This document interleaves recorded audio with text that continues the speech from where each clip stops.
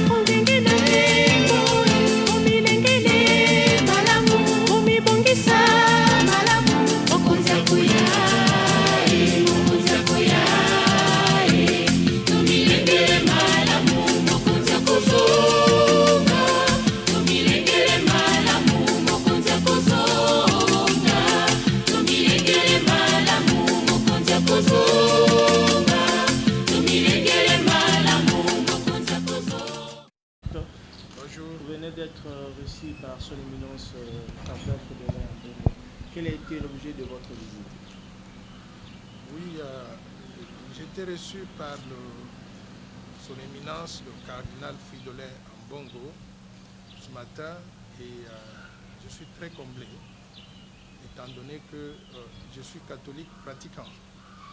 Quelle chance j'avais d'ailleurs, quand on est né le 25 décembre, le même jour que Jésus, on est condamné à rester catholique. Je suis catholique depuis ma naissance et je suis pratiquant jusqu'à aujourd'hui. Il était important de venir aujourd'hui saluer le cardinal, échanger avec lui sur sa vision de ce qui se passe dans notre église, d'abord l'église catholique, mais également sa vision pour le pays. Je sais qu'il a été reçu tout récemment dans le cadre des consultations nationales par le chef de l'État. Lui comme moi, on a parlé un peu de ça. J'avais retenu de sa déclaration à la sortie du Palais de la Nation qu'il tenait à ce que ces consultations aboutissent à l'amélioration du niveau de vie des Congolais. Et moi, je partage totalement cette vision-là et j'en ai profité pour lui dire comment nous pouvons réaliser cet objectif en partageant avec lui le contenu du plan Marshall de Nouvelle-Tchad pour la reconstruction et le développement de la RDC dont je suis le promoteur, l'auteur et promoteur aussi. Je lui ai présenté le plan dans les détails, on a échangé et globalement, il trouve que c'est une vision qui vaille la peine, qui peut faire la différence donc, dans la gouvernance du Congo. Il a d'ailleurs demandé, est-ce que vous avez eu l'occasion de donner ce plan au président de la République? Je lui ai dit oui, le président a ce plan dans ses mains et il pense que si on arrive à trouver des voies et moyens pour mettre en œuvre cette vision de développement, le Congo et le peuple congolais pourraient en bénéficier. Donc c'est de cela qu'il s'agissait aujourd'hui.